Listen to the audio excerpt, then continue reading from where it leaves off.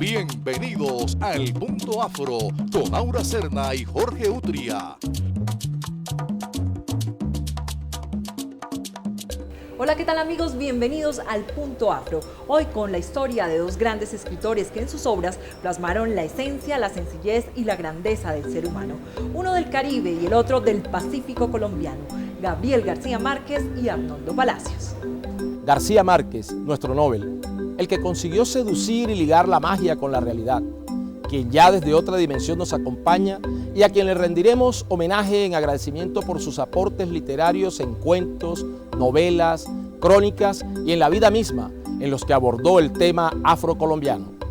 Y a Arnoldo Palacios, el denominado Joyce del Trópico, quien acaba de cumplir 90 años y es reconocido como uno de los autores del origen de la narrativa afrocolombiana con su obra Las estrellas son negras.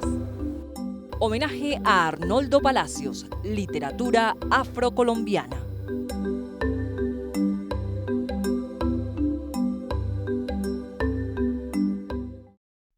El maestro Arnoldo Palacios nació en Cértegui, Chocó, en 1924. Creció en una familia tradicional chocuana. Entre 7 hermanos, se destacó por su amor a la lectura. Siempre buscó su sueño de contar historias que reivindicaran el lugar del ser humano y del ser afrocolombiano. En 1949, escribe su obra cumbre, Las estrellas son negras, que por primera vez pone como protagonista a un afrocolombiano en la literatura, y en la que narra a partir del joven Irra la marginación y el olvido de la población del Pacífico colombiano.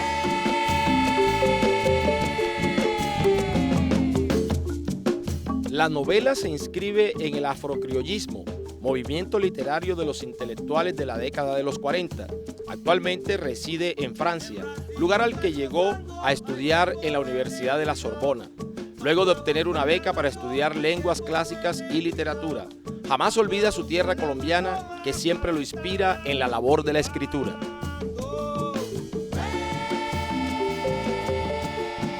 Su primer encuentro con la narrativa fue a través de las letras que escribió a causa de un profundo dolor al perder a una de sus grandes amigas de infancia, Ana Zoila, quien falleció a causa de una fiebre muy alta.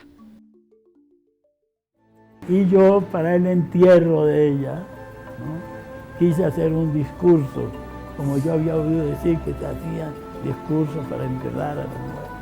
Y yo entonces digo, ¿qué le hago a ella? Digo, yo voy a despedirla. Y yo escribí, por eso le digo que ahí fue, porque eso yo no lo dije de memoria, yo lo escribí en un papel, un discurso, para despedirla. Le pedí a algunos primos míos ya que tenían mucho más formación, que me lo corrigieran. Ellos me dijeron no, que yo no podía corregir eso, que lo dejara así. Entonces yo cogí mi papelito y cuando pasó el féretro, antes de ir al cementerio, que era al otro lado del río, entonces se pararon en una mesa, pusieron el ataúd y yo leí eso, y eso se formó unos sollozos, pero algo extraordinario. De esas letras que salieron del corazón de un niño de 12, 13 años de edad y del apoyo familiar, surge este admirable autor colombiano. Ese corazón es el que lo lleva a superar todo tipo de adversidades que la vida le presenta, entre ellas la enfermedad. Pero con el problema de la poliomielitis que me había dado, yo no podía caminar. Hubo al principio unas discusiones con mi mamá, mi papá, que era más por esto, que hiciera adelante, que iba a hacer el muchacho. Mi mamá no quería que yo saliera mucho porque le daba temor que fuera a caer o no sé qué. Pero al fin me llevaron a la escuela. Su maestro, Argemiro de Marchi Mosquera, oriundo de Tadó, le dio sus primeras luces en la educación y lo apoyó en su más grande deseo, estudiar. Maestro, vengo a decirle algo que me mandó mi mamá para decirle a ustedes que están allá discutiendo si me mandan a la escuela o no, por lo difícil que es mandarme a mí. Hay que salir a Quibdó, ya esto es otra cosa, ¿no? Es sí, peligroso, hay automóviles, hay carros, no sé qué, y todo eso fue. Entonces me dijo, ¿y cómo va él? Entonces me dijo el maestro, tú quieres, ¿verdad?, ir a la escuela. Yo dije, sí, maestro, yo quería la escuela. Bueno, dile a tu mamá que estuvimos hablando y me la saluda, que yo pasaré a verla. Y entonces le dijo, hay que mandarlo a la escuela. Avanza la vida del maestro en Quibdó y al cumplir sus 15 años ingresa a estudiar en el Colegio Carrasquilla. Lo impulsa su primo José Lao Moreno, un gran artista en la familia, quien lo impulsa a pensar en la gente y a superarse. La actitud que uno tenía acerca de lo que era la humanidad, y me hablaba entonces de las religiones, ¿no? Y tenía una Biblia, y con él me explicaba, pero la Biblia él la tenía ahí a un lado. Yo casi no podía leer esa Biblia porque en el Chocó decían que la Biblia tenía no la podían ni tocar. Yo escribo eso en mi libro, sí. Entonces uno veía una Biblia por ahí que dejaba, o alguien que tenía una Biblia y la tocaba, que no lo fueran a ver, porque eso es una cosa tremenda. Su padre le fabricó unas muletas que le ayudaron a dar grandes pasos para llegar a terminar su bachillerato a la capital colombiana de los años 40, época del conflicto bipartidista entre liberales y conservadores. Finalmente fue matriculado en el externado Camilo Torres, donde tiene su primer acercamiento a una biblioteca. Con las cargas y todo, ahí me fui hasta Vedó, acompañado por un primo que se llamaba Eleazar, que también era uno de los que se ocupaba de mí, junto con mi hermana Ernestina. Y Eleazar me llevó, le dijeron que me llevara, por lo menos hasta Buenaventura.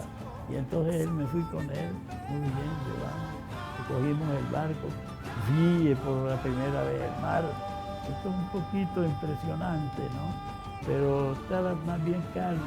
Yo, sobre todo las olas, yo le tenía miedo, como uno le contaban cómo era eso, y los animales, y eso exagerado ahí, ¿no? Pero uno creía todo eso. Su padre le había confeccionado trajes de paño para la fría Bogotá, y es allí donde conoce al hombre que le brindó un gran apoyo para que su sueño se hiciera realidad, el maestro José María Restrepo Millán, un filólogo humanista, experto en lenguas indoeuropeas, quien desde siempre confió en el talento innato para la escritura que tenía su alumno, el chocuano Arnoldo Palacios, quien al culminar su bachillerato logra ingresar a escribir al periódico El Liberal, dirigido por Alberto Galindo, donde se encuentra con colaboradores de la talla de Eduardo Carranza, Miguel Lleras y Eduardo Salamea Borda.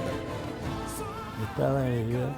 Me dijo que pasara por El Liberal y dijera a don Alberto Galindo que tú te gustaría, anda allá y búscalo. Fui allá y me recibió muy bien en El Liberal. Y en ese momento fue estar la política y todo, pero siempre para mí el Chocó era lo principal. Se estaba ventilando todo ese foco que el Chocó pasara a departamento y todas estas luchas de Diego Luis Córdoba para obtener cosas para el Chocó. Era un momento realmente importante para la historia afrocolombiana, debido a que a Bogotá habían llegado ilustres hijos del Pacífico y del Atlántico colombiano a dar la lucha desde la capital de la República en beneficio de los pueblos negros de Colombia. Entre ellos se destacan el chocuano Diego Luis Córdoba, quien elevó a la categoría de departamento a la entonces Intendencia del Chocó y quien desde el Congreso de la República lideró grandes proyectos que enaltecieron la educación de los colombianos y especialmente la del pueblo afro. Asimismo, Manuel Zapata Olivella, médico y escritor, ilustre cordobés y el más importante representante de la literatura afrocolombiana. Adán Arriaga Andrade, ministro del Trabajo y padre del derecho laboral colombiano, quien diseñó y redactó el decreto que puso en vigencia por primera vez en Colombia los derechos fundamentales de los trabajadores y sus prestaciones sociales, de las que hoy gozan todos los colombianos. Estaban los debates de Diego Luis por pasar el departamento del Chocó. Escribieron una cosa que escribí, la publicaron en El Tiempo también. Siempre la cosa iba sobre el Chocó. Y yo ya volví y dije, no, yo voy a estudiar Derecho. Y me fui a buscar a La Libre. Y me matricularon allá. Allá fue más fácil, ¿no? Porque... donde recibió clases de ilustres como Jorge Soto del Corral. Me aburría un poco eso. Y me acuerdo pues que teníamos un curso Soto del Corral, constitucionalista y todo, y todo. Y yo francamente esto me aburrió, ese curso de constitucional. Y me quedé pensando, y yo, ¿qué voy a hacer?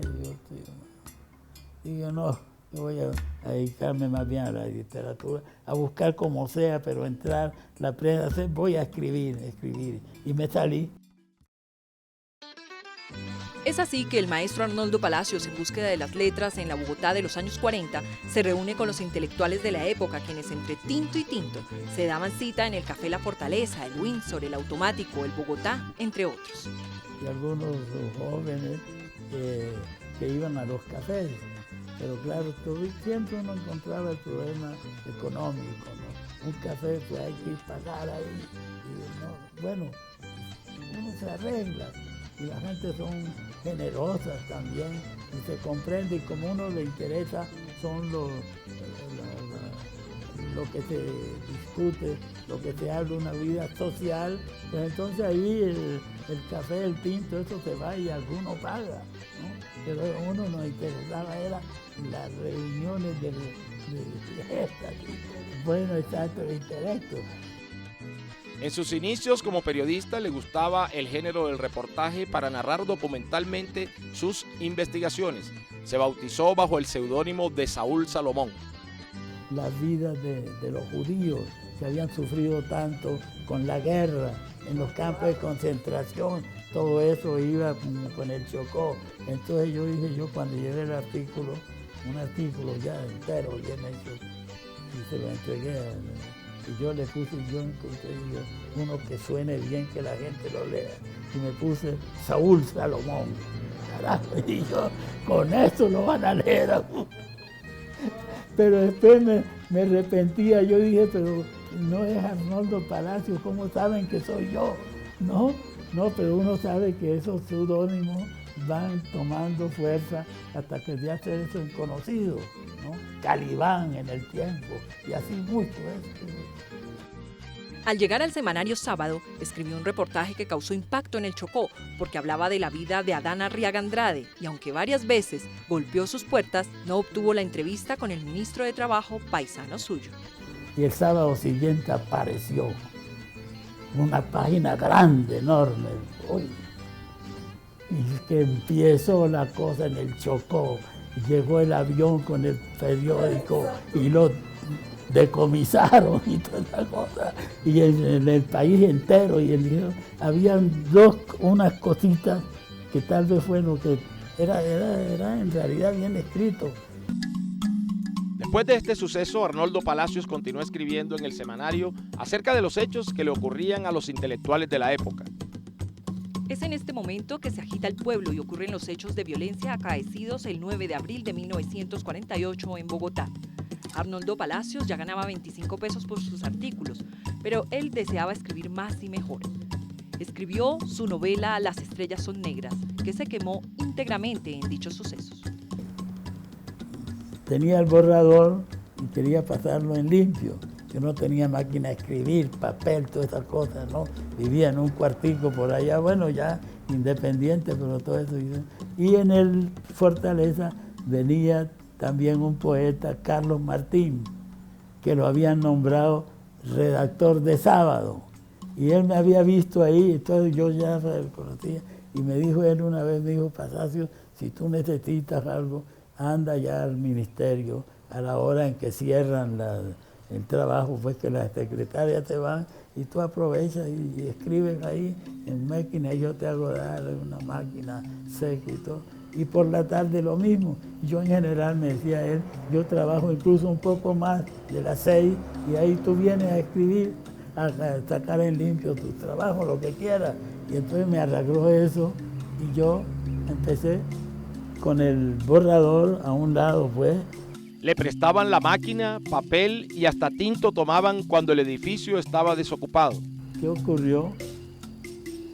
Que estaba yo ya sacando en limpio la cosa. Y de pronto un día, a las 12, 12:30, algo así, una cosa rara que se oía en la calle o algo así. Y yo allá con mi trabajo. mi bordador a un lado y lo limpio en el otro, bien tratado. Y de pronto yo salgo también a ver que corría la gente, 9 de abril. Y yo, ¿qué es eso? Y saqué yo cerré la oficina y salí a ver que mataron a Gaitán. Y eso, ustedes saben, una lluvia que empezó a correr. Yo me fui ahí al café a esperar un momentico, pero dije yo, aquí hay que hacer hoy algo.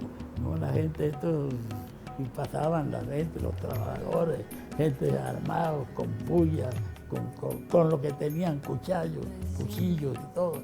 Bueno, yo salí a la puerta y yo, ¿cómo voy a hacer para ir donde yo vivo? ¿Cómo es esta cosa? Y fue terrible, ya ustedes saben cómo era eso. Y se oían ya las llamas que comienzan a salir de los incendios. Bueno, entonces yo Reescribió su novela en las siguientes semanas y, huyendo de la violencia del 9 de abril, viajó por 6 meses al Chocó. Dejó su novela por recomendación de Restrepo Millán en manos de un editor. A los pocos meses, regresó a Bogotá y la sorpresa era que su novela había sido editada por la editorial Ikeyma. Con ayuda del maestro Manuel Zapata Olivella se realizó la carátula que diseñó el maestro Livio Jaramillo y el prólogo de Restrepo Millán. La novela se agotó a los 8 días. Gracias a su dedicación en el trabajo literario y a las primeras posibilidades que se gestaron desde el Congreso de la República a través del genio de la oratoria y de las leyes, Diego Luis Córdoba, obtiene una de las primeras becas para estudio en el exterior otorgadas a un afrocolombiano. Y esa primera oportunidad fue para estudiar lenguas clásicas y literatura en la Sorbona de París. Junio fui al Chocó a despedirme de la familia.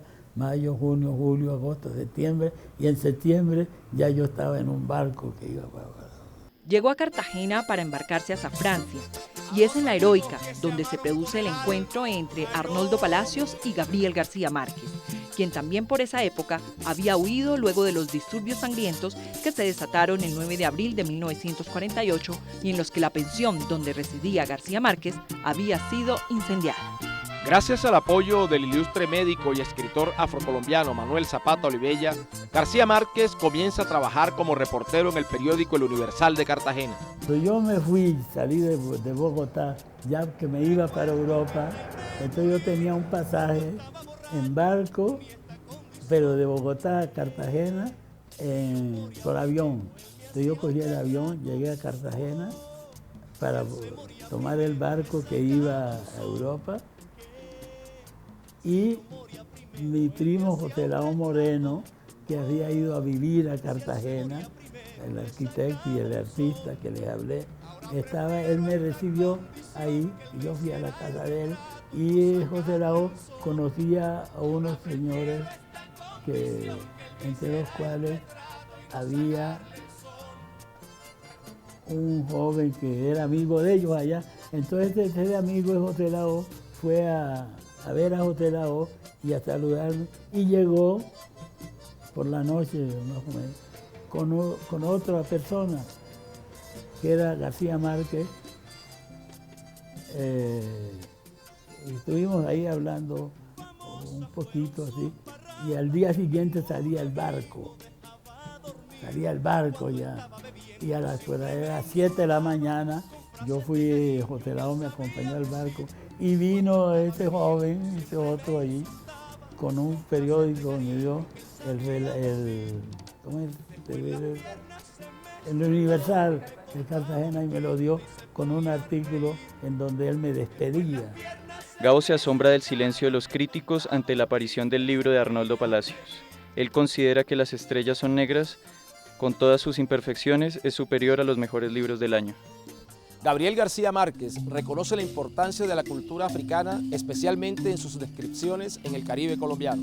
Tras puesta en el patio de los esclavos, Sierva María aprendió a bailar desde antes de hablar, aprendió 3 lenguas africanas al mismo tiempo, a beber sangre de gallo en ayunas y a deslizarse entre los cristianos sin ser vista ni sentida como un ser inmaterial. Dominga de Adviento la circundó en una corte jubilosa de esclavas negras, criadas mestizas, mandaderas indias que la bañaban en aguas propicias, la purificaban como la verbena de Yemayá, del amor y otros demonios. Su visita a Angola en el África le permite una nueva toma de conciencia del continente madre, ya que ahí se reencuentra con el espejo de su infancia y se da cuenta de la importancia del componente africano en la identidad latinoamericana. En 1954, Gabo publicó en El Espectador 4 crónicas sobre el abandono en el que se encontraba el departamento del Chocó por parte del Estado y de los mismos colombianos. En Quibdó, Condoto, Ismina, Novita o Tadó, cualquier cargador de plátanos que llegaba a la plaza pública y se enteraba en 2 palabras de qué estaba pasando, subía al balcón a improvisar un discurso en el que explicaba por qué el Chocó no era, como debía serlo, el primer productor de plátanos del país. El Espectador, octubre de 1954. Palacios nunca se dejó vencer por la enfermedad y con la ayuda de sus padres, Venancio y Magdalena, se paró en sus propias piernas, cruzó el océano y llevó su obra a lenguas como el francés y el italiano. Al hablar con el maestro Arnoldo Palacios, descubrimos a un ser lleno de sabiduría ancestral y al leerlo a una de las plumas más perceptivas de la literatura afrocolombiana. Desembarcó en Cannes, luego de tomar el tren llegó a París, ciudad que le pareció fría, gris, parecida a Bogotá, y sin hablar una sola palabra de francés, inició sus estudios de literatura clásica y fonética, y recuerda el maestro Palacios que fue el profesor Fouchet quien firmó su diploma. Arnoldo Palacios afirma que escribir novelas le ha servido para conocer más al hombre, para representar la vida humana. Sostiene que lo importante es escribir y no publicar. Y lo que me parece a mí más importante y que la vida literaria, nuestros pueblos sobre todo, pues en la belleza deben encontrar, es encontrar esa certidumbre de que cada día debe pedirse como Él es, pero que siempre hay que respetar al hombre mismo, porque ningún hombre puede creer que Él es superior al otro. Todos salimos de ahí y todos llegamos ahí. Y eso es cierto, eso no es más remedio. Cada cierto tiempo regresa a Colombia luego de vivir por más de 50 años en Francia. Hoy está radicado en Normandía y continúa presentando sus obras Las estrellas son negras, La selva y la lluvia, Buscando a mi madre de Dios, sus memorias, en las que dice que después de buscarla en Certegui, Bogotá, Polonia, Rusia e Islandia, no es otra cosa que rebuscarse la vida para llegar a momentos, personas y lugares jamás imaginados, pero siempre soñados. Hoy por hoy se dan pasos gigantes para contarle al mundo la historia de la comunidad afrocolombiana en búsqueda de la identidad nacional. Y es a través de la etnoeducación y de iniciativas tan importantes como las del Concurso Nacional Estudiantil, organizado por la Fundación Color de Colombia, denominado Literatura y Afrocolombianidad con memoria de Gabo, que se estimula la lectura de la Biblioteca de Literatura Afrocolombiana, aportes invaluables a nuestra identidad como nación. Bueno, el libro de 100 años de soledad me parece muy emocionante y como muy interesante la manera en la que Gabriel García Márquez logra hacer de una situación cotidiana algo tan mágico, algo tan personal, algo tan lindo que te transmite a ese momento y te cautiva. Es como la manera en la que él logra meterte en el libro y hacerte sentir que tú estás mirando la historia desde una perspectiva que es como si tú no estuvieras ahí y las cosas pasan. Pero es muy interesante que te cautiva y te lleva a seguir leyendo y quieres seguir alimentándote de ese libro tan bueno que él ha escrito.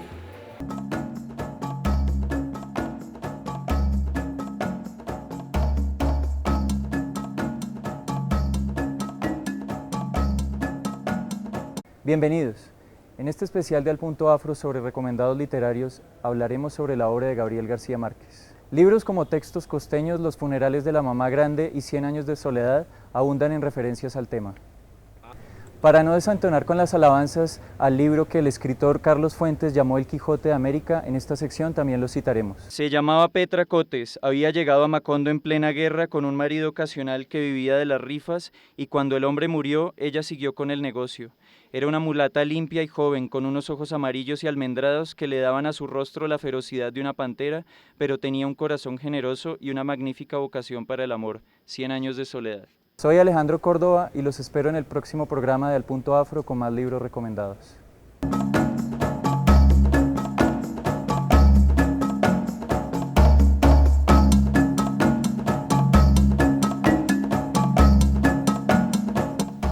La literatura afrocolombiana no es reciente. Desde los inicios de la República ha estado presente en el universo de la literatura nacional.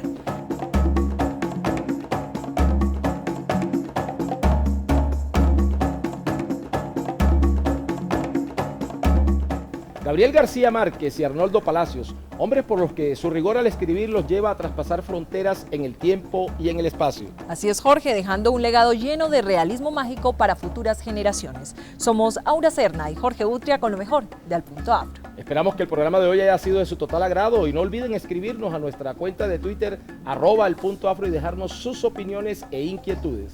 Nos vemos en una próxima oportunidad y hasta entonces.